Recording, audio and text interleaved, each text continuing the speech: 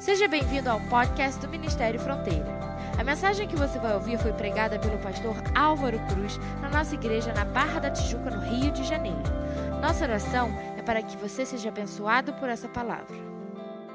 No ano de 1789, 14 de julho, todos nós que estudamos na escola da tia Maricota, sabemos que aconteceu a Revolução Francesa, ou pelo menos é a data que é considerada como o marco da Revolução Francesa. Mas todo mundo que estudou nessa mesma escola sabe que essa revolução, ela começou a acontecer bem antes disso, fruto de uma crise econômica na França, porque colheitas que foram muito pobres devido a condições climáticas, dívida por causa de guerras, entre elas a Guerra da Independência Americana, porque a França apostou e investiu muito na Guerra da Independência Americana, se separando da Inglaterra, e é claro, no poder absoluto, porque os três poderes se concentravam no monarca, tanto o poder legislativo, executivo, judiciário, era um estado absolutista.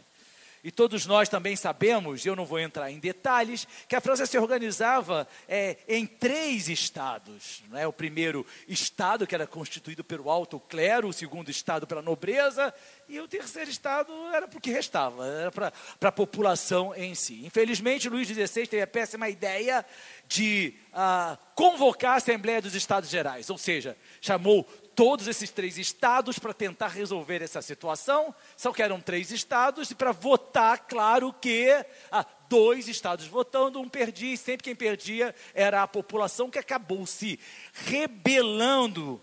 E então, queridos, proclamou-se a Revolução Francesa com um lema que nós todos conhecemos: igualité, fraternité e liberté. Não preciso pedir o Henrique para fazer a tradução, porque todo mundo sabe: igualdade, fraternidade, liberdade, igualdade. Que grande bandeira era essa agora? Porque afinal de contas, a Revolução Francesa influenciou o mundo inteiro. Agora sim, vamos derrubar os monarcas e vamos estabelecer a igualdade entre o povo. Igualdade que de maneira filosófica vem a refletir um princípio fundamental das sociedades, um escudo contra a opressão, porque todos se tornariam iguais. Princípio máximo da justiça. Equívoco.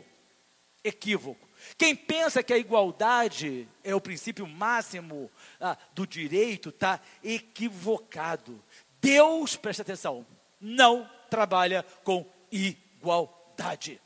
Deus trabalha com equidade. A gente vai pensar nisso. Mas é bom que eu defina que a equidade, é claro que ela é considerada até uma correção em termos de justiça, porque ela é mais justa, porque ela leva em consideração as particularidades e também as diferenças naquilo que é generalizado pela lei. Ela trata de forma desigual a desigualdade existente entre aqueles que são desiguais. É exatamente assim. Ou a cada um segundo o seu cada um, se você quiser, num português mais coloquial.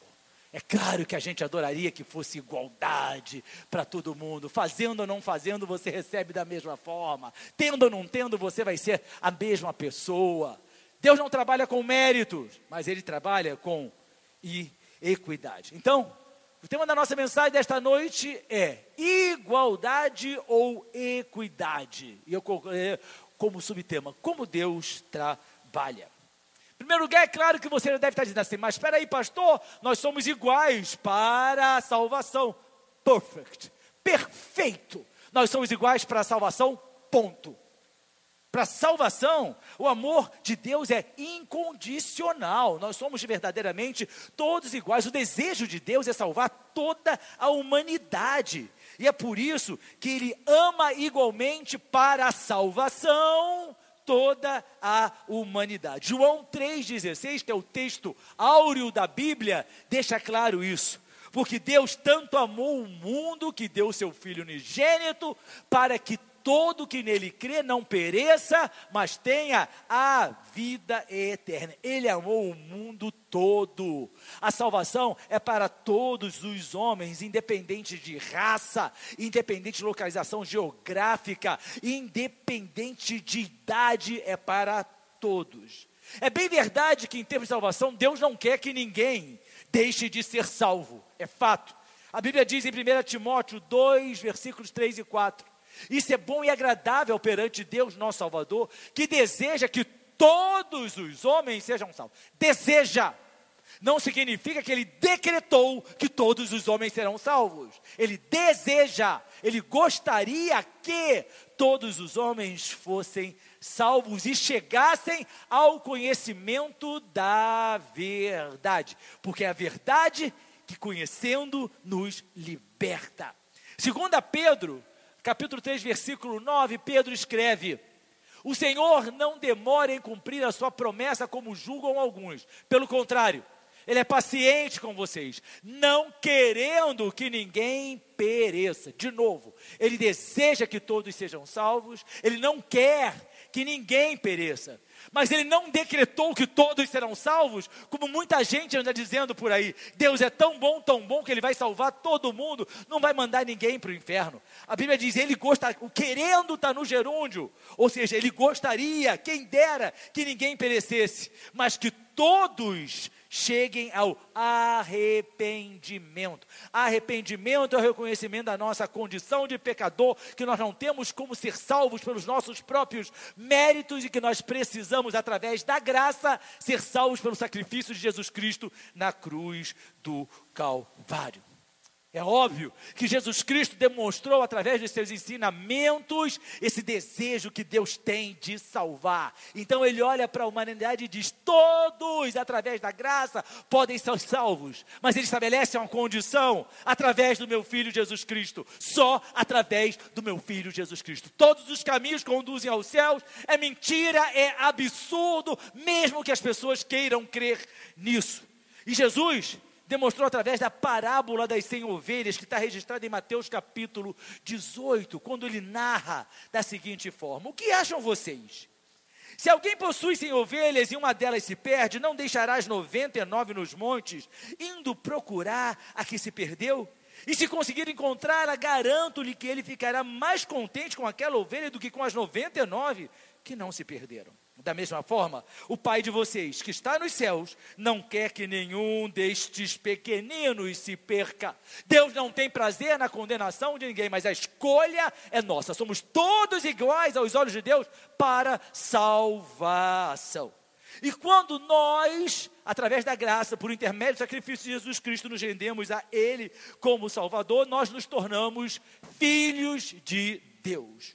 Nos tornamos filhos de Deus quando recebemos Jesus Cristo como Salvador. É óbvio que todo mundo vive dizendo, todo mundo é filho de Deus. Querido, para de falar essa mentira absurda. A Bíblia não diz isso. A Bíblia não diz que todo ser humano é filho de Deus, mas nós queremos trazer essa igualdade humana equivocada para o nosso relacionamento com Deus. Porque nós achamos, não, todo mundo é igual aos olhos de Deus para a salvação. Mas depois aqueles que se rendem aceitando Jesus Cristo são separados e se tornam filhos de Deus. A partir do momento que alguém entrega a sua vida a Jesus, ganha o direito, direito de ser filho de Deus. João capítulo 1, versículo 12, Jesus diz: contudo, aos que o receberam, aos que creram em seu nome, deu-lhes o direito de se tornarem filhos de Deus. Quem creu no sacrifício vicário de Jesus Cristo, recebeu o direito de se tornar filho de Deus. Então, nós passamos a fazer parte do reino de Deus, passamos a viver debaixo das leis do reino de Deus, não das leis que nós estabelecemos, não do nosso querer ou da nossa vontade própria, mas das leis estabelecidas por Deus. Se fazemos parte deste reino, precisamos viver segundo as regras deste reino. Quem vive no Reino Unido, vive debaixo das regras do Reino Unido. Quem vive no reino de Deus e é cidadão deste reino, vive de acordo com as leis de Deus. Gálatas 3, versículos 24 a 27 diz assim: assim, a lei foi o nosso tutor até Cristo, para que fôssemos justificados pela fé. Agora, porém, tendo chegado à fé, já não estamos mais sob o controle do tutor. Todos vocês são filhos de Deus, mediante a fé em Cristo Jesus, pois os que em Cristo foram batizados, de Cristo se revestiram. Nós já não estamos nem ao alcance da lei mosaica, porque nós estamos debaixo da graça, e essas leis de Deus funcionam diferentemente em nossas vidas. Salmo 103:19 diz assim: o Senhor estabeleceu o seu trono nos céus, e como rei, domina sobre tudo que existe, sobre tudo e sobre todos. Quando nós somos cidadãos do reino de Deus, como filhos de Deus que nos tornamos, a partir do momento em que aceitamos Jesus Cristo como Salvador, Ele é o nosso rei e domina sobre nós. Não importa a nossa vontade, importa a vontade dEle. Não importa o nosso querer, importa o querer dEle. Não importa o que A ou B ensinem, importa aquilo que Ele declarou na sua palavra. Existem muitos falsos mestres que estão rasgando a Bíblia. Pastor Elaine mencionou um pastor famosíssimo, e vocês devem ter acompanhado na mídia, que declarou essa semana: a Bíblia tem que ser atualizada. Quem é ele para dizer que a palavra de Deus precisa ser atualizada? Que arrogância humana é essa, que faz com que o homem venha declarar um absurdo desse? Deus, Ele é rei, Ele é que domina e vai dominar absolutamente sempre. As leis de Deus, elas não são humanas, queridos.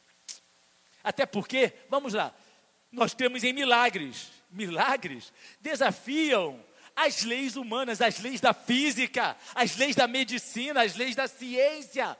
O homem vai através da ciência e diz assim: não tem como. Aí Deus vai, faz milagre. O homem diz através das leis da justiça humana: não vai conseguir, e Deus vai e abre a porta. Quantos de nós já vivenciamos milagres que vão de encontro às leis estabelecidas pelos homens ou às próprias leis da natureza? O próprio Jesus, no seu exercício ministerial, o que é que Jesus fez? Ele desafiou a física, transformou matéria. Não é possível transformar matéria. Os alquimistas estavam aí desde a Idade Média buscando transformar a matéria e nunca conseguiram a pedra fundamental para transformar tudo em ouro, e jamais conseguiram. Jesus vem e transforma água em vinho. Ele não está sujeito às leis da natureza. Ele veio e multiplicou matéria. Não existe nada, absolutamente nada na ciência que registre multiplicação de matéria. Ele multiplicou pães e peixes, 5 pães e 2 peixes, e alimentou uma multidão que só de homens contados era 5.000. Ele quebrou a lei da física, ele andou sobre as águas. Ninguém consegue andar sobre as águas. E toda vez que você vê um palhaço andando sobre as águas, querido, aquilo ali é efeito especial. Tem uma superfície por baixo. Todo mundo conhece esse truque. Está careca de saber. Está careca de saber. As pessoas falam: não, mano, só Jesus. Só Jesus. Deus, foi Ele quem estabeleceu a equidade. Olhem para mim. Quem estuda filosofia... Estudei muita filosofia, queridos, estudei muita, mas eu estudei filosofia, aprendi, e à luz da palavra de Deus, eu sei me posicionar. Eu não sou seduzido pelo financiamento filosófico. Os filósofos vão dizer que estudou a filosofia. Quem estabeleceu os conceitos da equidade foi Aristóteles, na filosofia grega clássica. Ah, é sério? Vai ler o livro de Salmos, vai ler a lei mosaica, 1.500 anos antes de Cristo, 1.200 anos antes de Aristóteles. E as pessoas vêm dizer que foi a filosofia que instituiu a equidade. Que equívoco, mas sabe por quê? Satisfaz a minha racionalidade, o meu intelecto humanamente brilhante. Nós somos brilhantes quando nós nos voltamos para a palavra de Deus. Nós somos brilhantes quando nós reconhecemos que nós não sabemos nada e que Ele é Senhor sobre todas as coisas e domina sobre todas as coisas. Salmo 99, versículos 2-4 diz assim, que Deus estabeleceu a equidade. Grande é o Senhor em Sião. Ele é exaltado acima de todas as nações. Seja louvado o teu grande e temível nome, que é santo. Rei poderoso, amigo da justiça, estabelecestes a equidade e fizeste em Jacó o que é direito e justo. 1.200 anos, ou no mínimo 1.000 anos antes de Aristóteles pensar qualquer coisa, o livro de Salmos já registrava isso. Deus, a Bíblia diz, rege com equidade. Não é com igualdade só para a salvação. E a gente precisa entender isso muito bem. Hebreus 1:8, o teu trono, ó Deus, subsiste para todo sempre. Cetro de equidade é o cetro do teu reino. Cetro é símbolo do poder de um monarca, é com o cetro que ele rege a nação. E o cetro que rege o reino de Deus se chama equidade. Então aprenda uma coisa, para a salvação ele olha para todos nós iguais, ponto. Daí em diante é a equidade, tanto é que na eternidade cada um vai ter um galardão diferente, de acordo com as suas obras. Não pense você que todo mundo vai chegar que nem na escola da tia Maricota, e que fazia aquelas gincanas e todo mundo recebia a mesma medalha, porque senão a criança chorava. Não pense que o céu vai ser assim, não. Deus vai dar o galardão segundo as nossas obras, exatamente isso. Não segundo muito que você fez, mas segundo a intenção do nosso coração ao fazer para Ele, ao trabalhar para Ele. E a forma mais clara, queridos, de nós compreendermos a equidade de Deus na Bíblia, eu diria que é a lei da semeadura. Essa lei mexe comigo, ela é a forma mais clara para a gente entender a equidade de Deus. Gálatas 6:7 diz assim: não se deixem enganar, de Deus não se zomba, pois o que o homem semear, isso é o que ele vai colher. Isso é equidade. Se eu semeei melancia, eu vou colher melancia. Não, mas eu quero. Fulano fala assim: o pastor Álvaro semeou melancia e colheu melancia. Mas é a igualdade. Eu semeei quiabo, mas eu também quero receber melancia. A Bíblia diz: é impossível, queridos. De Deus não se zomba, não é você ficar escarnecendo de Deus, não. É você zombar da palavra dele. É você achar que você, com a sua racionalidade, pode confrontar a palavra de Deus, quando nós não queremos submissão. E aí nós questionamos, e aí nós arguimos. Por isso que a Bíblia diz: Deus não se zomba, Ele estabeleceu e assim será. É imutável, gostemos ou não, submetamos-nos ou não, é imutável. Não vai literalmente a ser adequado àquilo que nós queremos. Deus não trabalha com a igualdade. Deus não atua com igualdade. Deus trabalha com equidade. A equidade, queridos, determina que quanto mais você se aproximar de Deus, preste atenção, mais Ele se aproxima de você. Mas as pessoas acham que basta eu ficar aqui chamando: Deus, vem cá, vem cá. A Bíblia é clara, e nós vamos ver isso. Quanto mais eu me aproximo de Deus, aí mais Ele se aproxima de mim. Quanto mais a minha ação é se aproximar dEle, mais a reação dEle é se aproximar de mim. Quanto mais você honra a Deus, mais Ele te exalta. Não tem como Ele exaltar ninguém sem que essa pessoa o honre. Quando a Bíblia diz assim: humilhai-vos para que Ele a seu tempo vos exalte, essa humilhação significa submissão. Essa humilhação, querido, é você se jogar no chão. Essa humilhação não significa você rasgar a sua roupa. Significa submissão a Deus. Aí a gente se humilha, ou seja, a gente é submisso. E a Bíblia diz: se você se humilhar a Ele, Ele vai te exaltar. Quanto mais você se preocupar com as coisas dEle, mais Ele vai cuidar de você. Isso as pessoas não conseguem entender. Quanto mais eu me preocupo com a obra de Deus, mais Ele cuida de mim, da minha casa, dos meus filhos. Quanto mais eu cuido dos filhos de Deus, mais Ele cuida dos meus filhos. Quanto mais eu trabalho na igreja, mais Ele me abençoa. Quanto mais eu faço com sinceridade para Deus, as pessoas querem receber sem fazer nada, achando que tem direitos. Não tem. Isso aqui não é Revolução Francesa, igualité, fraternité e liberdade. A Revolução Francesa nem funcionou. Todo mundo sabe que em 1799 Napoleão Bonaparte foi e se transformou de novo em imperador. Todo mundo conhece a história. E aí, queridos, o que a gente precisa fazer é olhar para a Bíblia e ver os textos que a Bíblia traz. Quer ver? A equidade do amor de Deus. A equidade do amor de Deus. Como eu já mencionei, para a salvação, Deus ama o mundo. Mas para se relacionar com Ele, nós precisamos amá-lo. Provérbios 8:17. Amo os que me amam. Quem me procura, me encontra. Ele ama qualquer um? Para a salvação, sim. E depois? Ele ama qualquer um? As pessoas dizem: eu sou amado de Deus. Depende, você ama a Deus? Você verdadeiramente ama a Deus? É Bíblia. amo os que me amam, e quem me procura me encontra. Deus não vai ficar literalmente procurando as pessoas.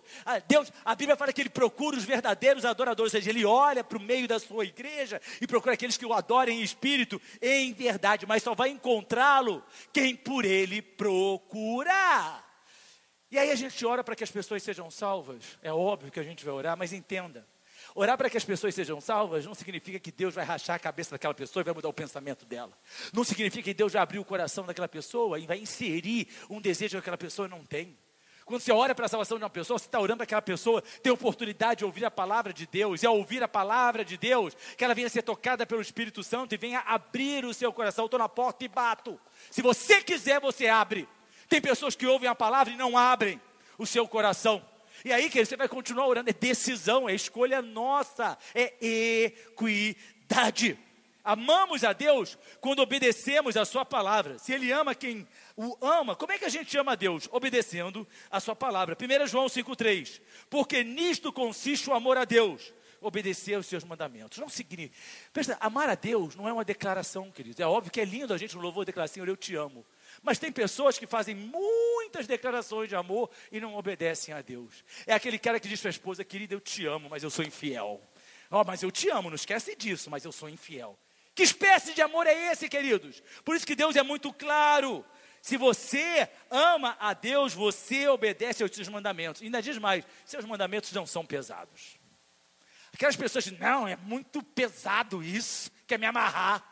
Quer tirar o meu desejo de fazer as coisas. Eu não amarro ninguém, quem sou eu para amarrar? Aliás, é maior besteira essa história da pessoa falar, está amarrado. Se você amarra o demônio, ele não vai sair da tua casa, vai ficar lá amarrado. Você tem que expulsar, é sério isso. É sério isso, as pessoas fazem tanta besteira. Vou amarrar o demônio, está amarrado aqui em casa. Não vai sair de lá, está amarrado, está lá, vai ficar juntinho com... Expulsa, querido. Aprende a usar as palavras certas. Expulsa, repreende. E na Bíblia você não vai encontrar Jesus mandando os discípulos amarrarem os demônios. Ele fala assim, no meu nome vocês expulsarão os demônios. E aí a gente vai na moda das coisas, na moda, está amarrado. Continua amarrando que vai ficar tudo perto de você. Amarra os teus problemas que ele vai ficar perto de você, não vai embora nunca mais. João 14,15, a palavra de Deus é assim, se vocês me amam, obedecerão aos meus mandamentos. 1 João 2, 3 a 6, olha que lindo. Sabemos que o conhecemos se obedecemos aos seus mandamentos. Quem conhece a Deus, obedece. Se você encontra uma pessoa desobediente, ela não conhece a Deus.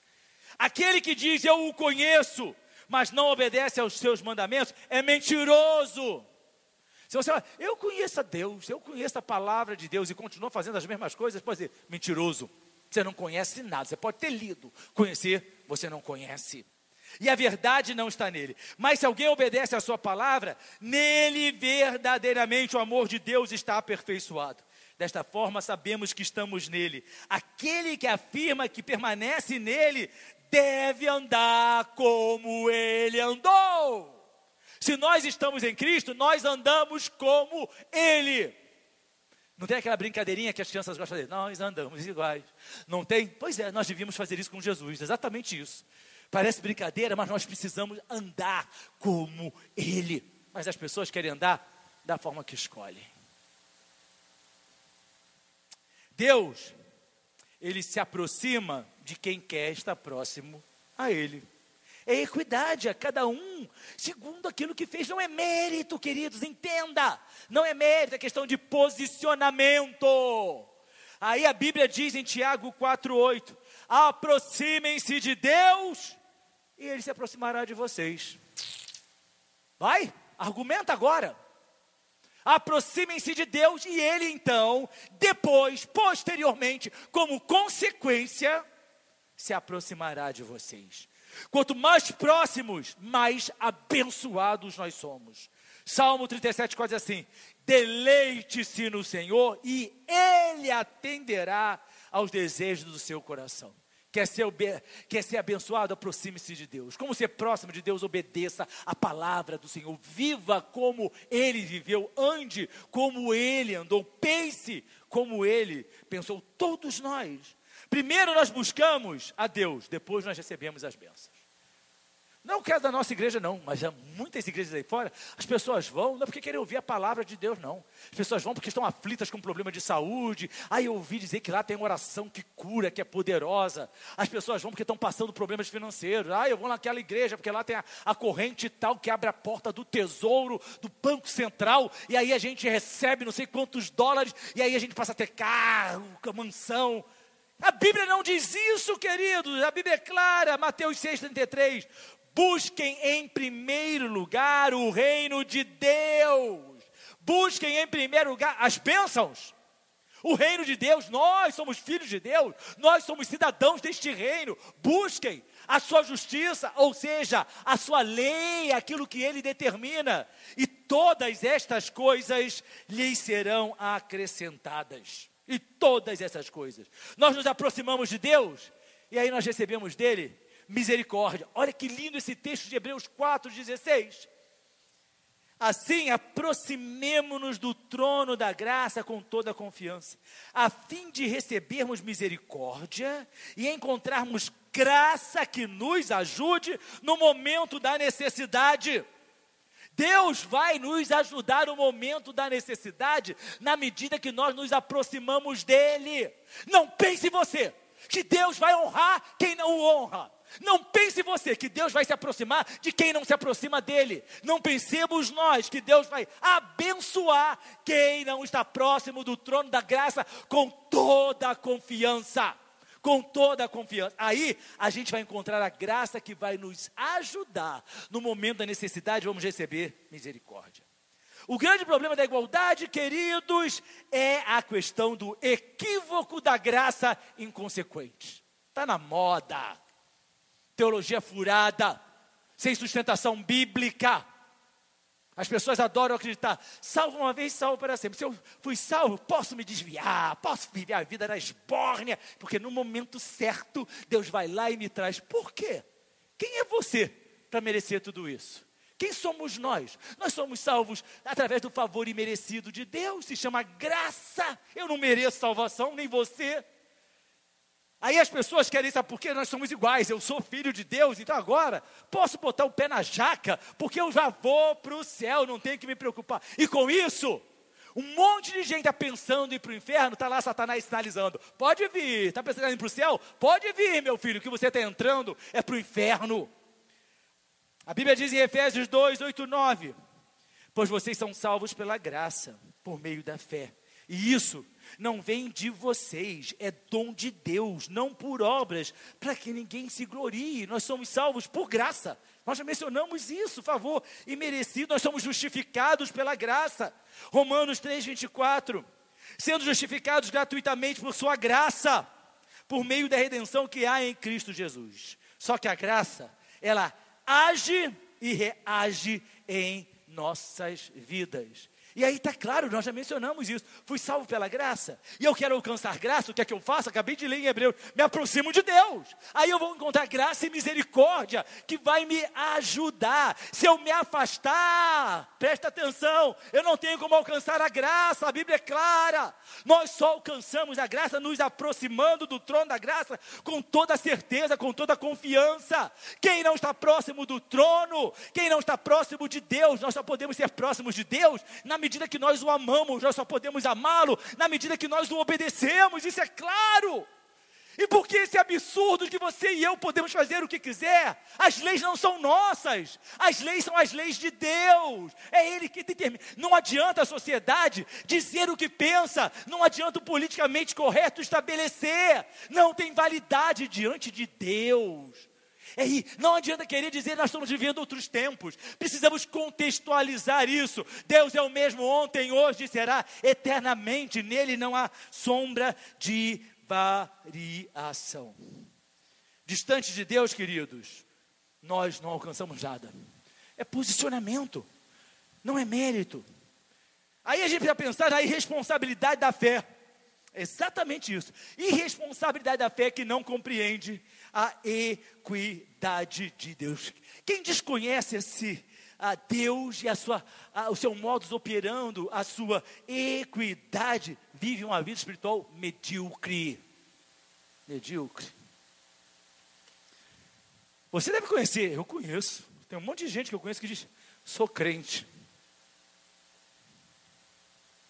Então, aí você fala assim, se aquilo é ser crente, eu não quero ser não.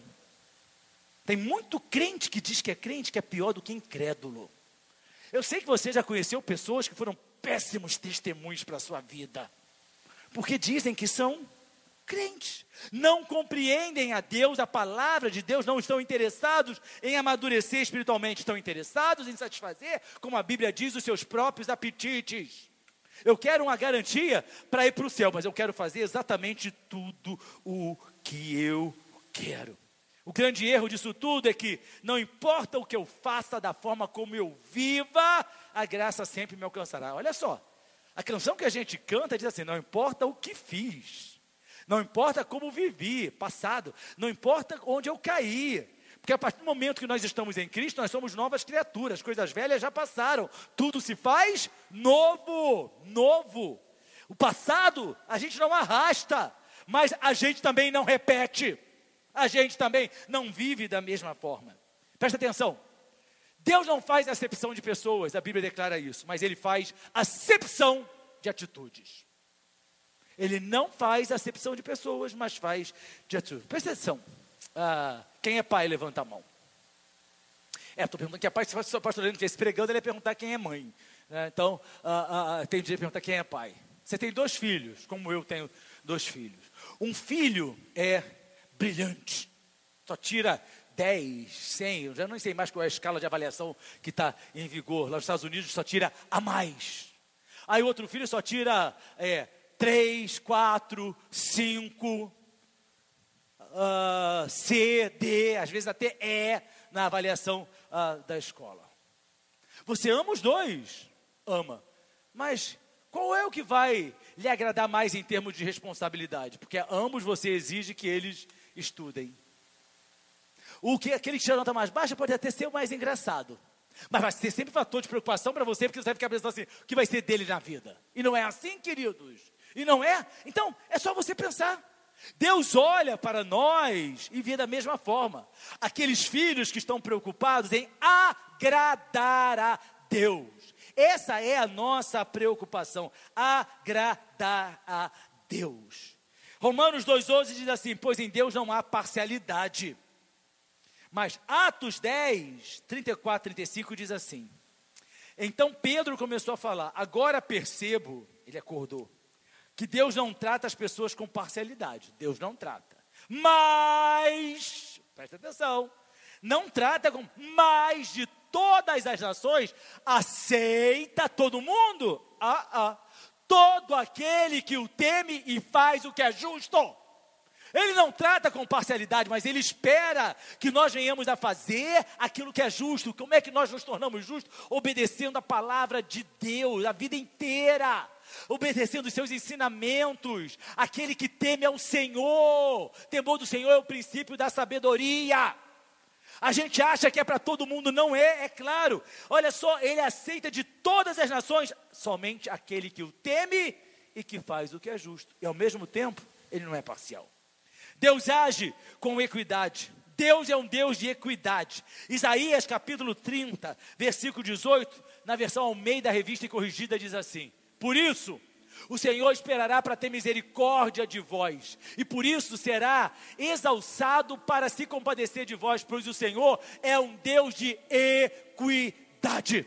Ele não é um Deus de igualdade, Ele é um Deus de equidade. Bem-aventurado todos os que nele esperam. Isaías, capítulo 11, versículo 4, também na Almeida Revista Corrigida, diz assim, mas julgará com justiça os pobres e repreenderá com equidade. Ele nos repreende com equidade, a cada um segundo o que merece. Nas diferenças, nós somos também diferenciados. 1 Tessalonicenses 4:5 diz que não é o mérito, queridos, e as bênçãos que nós devemos buscar, mas nós devemos buscar agradar a Deus. Quanto ao mais, irmãos, já vos instruímos acerca de como viver a fim de agradar a Deus. Acabou. Para que você vive? Para ser abençoado? Para agradar a Deus. Para que eu vivo? Para agradar a Deus. E de fato, os Tessalonicenses assim estavam procedendo. Não sejam perseguidor da bênção. Não seja um perseguidor, mas seja alguém que agrade a Deus. Que esse seja o desejo do seu coração, se tornar agradável a Deus. Que Deus olhe para você e diz assim: eu amo você porque você me ama. Eu estou próximo de você porque você se aproxima de mim. De mim. A palavra de Deus diz em Deuteronômio 28, 2. Que se nós estivermos em Deus, obedecendo ao Senhor, olha o que acontece com as bênçãos. Todas estas bênçãos virão sobre vocês e os acompanharão, se vocês obedecerem ao Senhor, o seu Deus. Você quer ser abençoado? Obedeça ao Senhor. Viva de acordo com aquilo que Ele estabeleceu para mim e para você. Vamos agradar ao Senhor. Vamos viver debaixo da equidade de Deus. E aí para de olhar e dizer assim: por que A ou B é mais abençoado do que eu? Por que a gente mensura a bênção dos outros? Vamos mensurar se nós somos agradáveis a Deus. Porque se nós nos tornarmos agradáveis a Ele, aí sim, nós seremos muito abençoados. Mas ainda assim as bênçãos serão diferenciadas. Aquilo que é bênção para você não é bênção para mim. Aquilo que você precisa, eu não necessito. Por isso que em um determinado momento nós estávamos reunidos em oração aqui na igreja, e Deus mostrou que entregava bandeiras de cores diferenciadas às pessoas. Por quê? Porque nós somos diferentes, queridos. Se Ele nos tratasse com igualdade, todos receberíamos da mesma forma. Isso não é a justiça de Deus. Ele é perfeito, sabe o que nós precisamos e tem prazer em abençoar aqueles que obedecem ao Senhor. Se você quiser saber mais sobre nós, visite nosso site, ministeriofronteira.com. Nos encontre nas redes sociais ou faça parte dos nossos cultos, todas as quintas e domingos. Que Deus te abençoe.